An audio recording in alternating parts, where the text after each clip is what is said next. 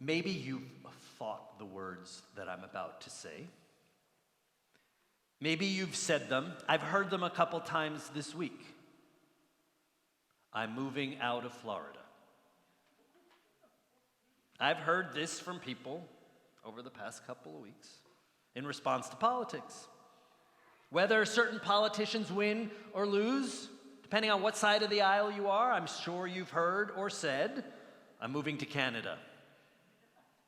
We know that there are people in certain states like California, certain cities like New York, San Francisco, people are leaving.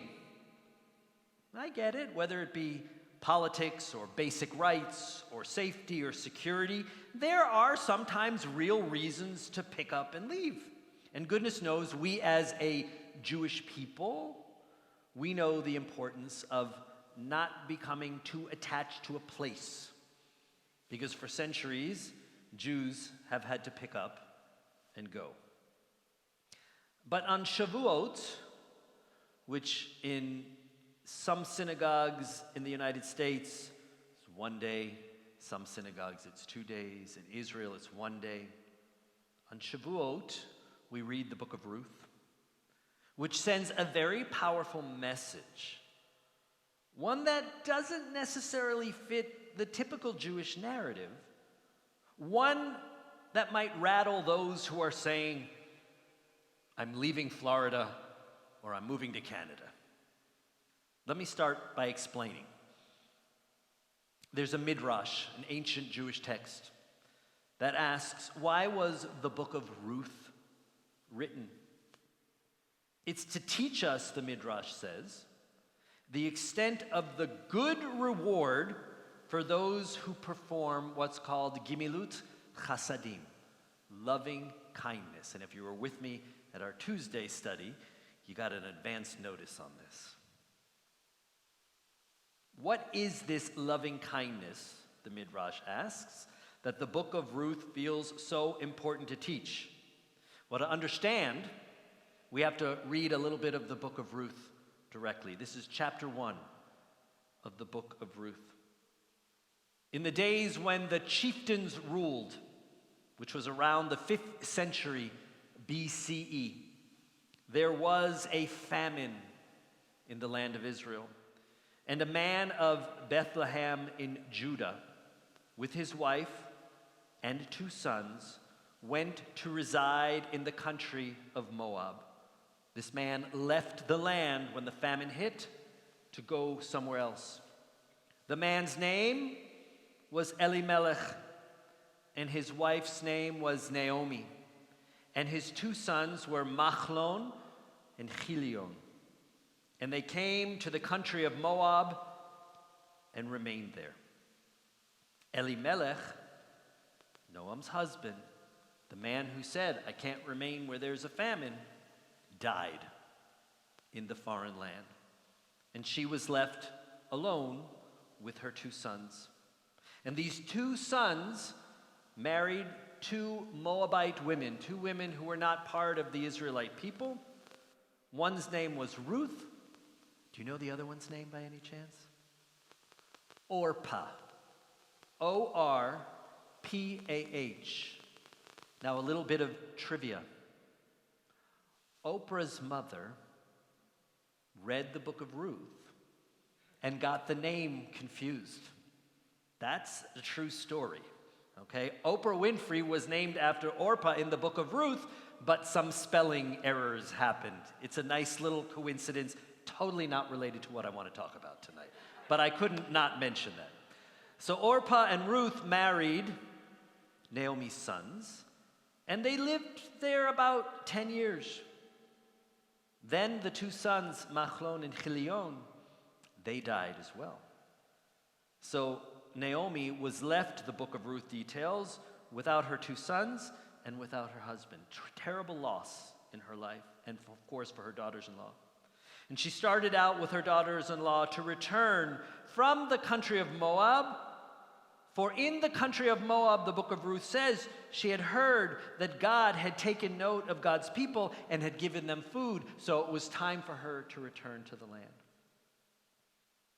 accompanied by her 2 daughters-in-law. Naomi left the place where she had been living, and she set out on the road back to the land of Judah. But Naomi said to her 2 daughters-in-law, "Don't come with me. Turn back, each of you, to your mother's home. This is a dangerous journey. Do not come with me. May the Lord deal kindly with you as you have dealt with the dead, with your dead husbands, my sons, and with me. May the Lord grant that each of you find security in the house of a new husband. Go on and live your lives." And she kissed them farewell, and they broke out into weeping. And they said to her, "No, we will return with you to your people." Before we go on, does anyone notice anything wrong in this story? And if the answer is no, that's fine. But anybody have anything jump out at you here that might seem a little bit off? All right, they're not Jewish. We'll fix that in a second, all right? Ruth converts. She's the first convert. But yeah, you're onto something, yeah. Why the women don't want to go back to their families, okay? And that's it. These are all things I want you to think about as we continue with the study here. It's a great question. Why do the men keep dying? And that, all right, I'm glad that Lewis asked this, because that is what the Midrash focuses in on. The Midrash highlights this problem. 2 generations are wiped out. They didn't, and the sons, they also didn't have children. So their legacy is completely blotted out. Going back to the Midrash, it says this. So Elimelech, the father, Naomi's husband, was one of the prominent residents of Bethlehem in Judah, in the land of Israel. And he was considered a leader, somebody who was looked up to in his generation. And when the years of famine arrived in the land, he said, "Now all of Israel will come around to my door, this one with his basket and that one with her basket." The Midrash is saying that Elimelech didn't want to have to deal with the problems in his land. He was powerful. He probably had a nice storehouse somewhere. He had food. He didn't want to have to deal with it. Now, there are other biblical figures in our tradition who experience famine, and they too pick up and they travel to foreign lands. The Israelites, for example, wind up in the land of Egypt because there's famine and they go down. But some truly important biblical figures, like Isaac, the prophet Elisha, King David himself, face famine and they don't leave. They stay put, helping the local people during a time of struggle. So look back at the story of Ruth. I am not, for those of you who know me, one who embraces the idea of divine punishment. But in the narrative here, in the story of Ruth, it helps to drive home a very powerful message. What does Elimelech do wrong according to the Midrash? He not only didn't he share, he left. He ran away. And what happens to him? He dies. And as a true punishment in the narrative, what happens to his sons? They die. So in answer to Lewis's question, one train of thought in the rabbinic circles for the centuries is, why do all the men keep dying? Because Elimelech wimped out. He should have stayed and helped his people, and he didn't. Now Ruth, the daughter-in-law, the non-Jewish daughter-in-law, changes the legacy of Elimelech's family, the legacy of her father-in-law, a legacy that led to the death of her husband.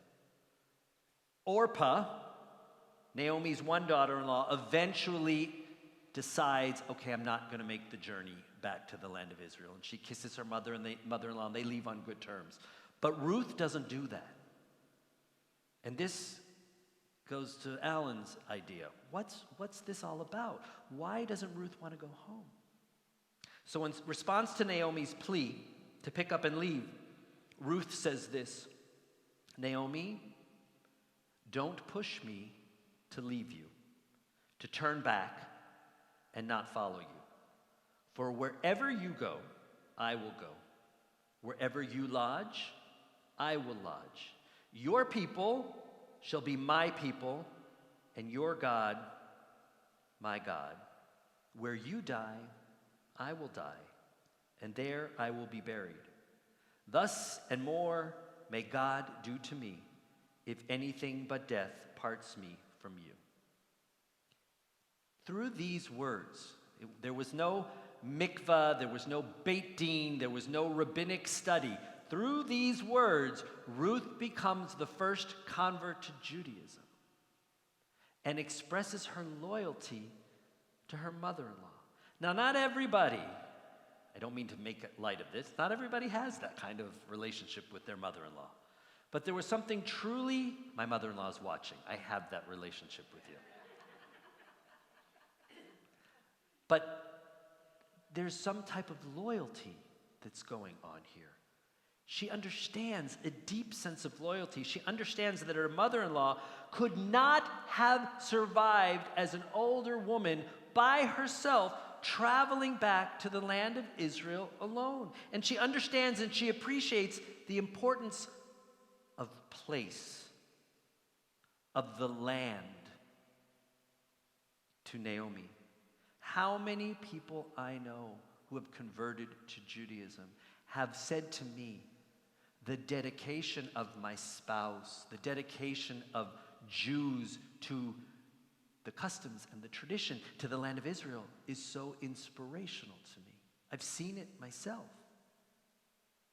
And so Ruth returns with Naomi to the land, becoming that first convert to our tradition. And when she returns to the land of Israel, if there are biblical scholars in the room, do you know what she does? Anybody? She goes to work for a man by the name of Boaz, who would eventually become her husband.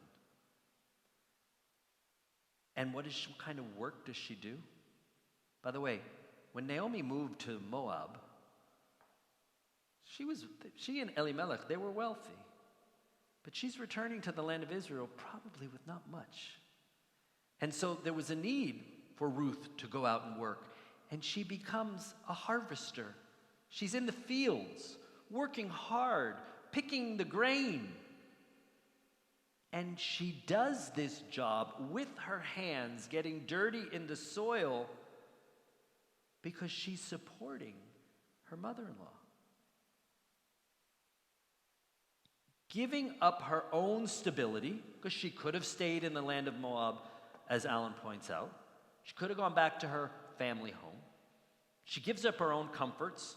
She becomes an agricultural worker to protect Naomi. And ultimately, what she knew to be her new people, her Jewish people. Her actions fly in the face of her father-in-law and help the book of Ruth send a powerful lesson to us about sticking it out during times of trouble.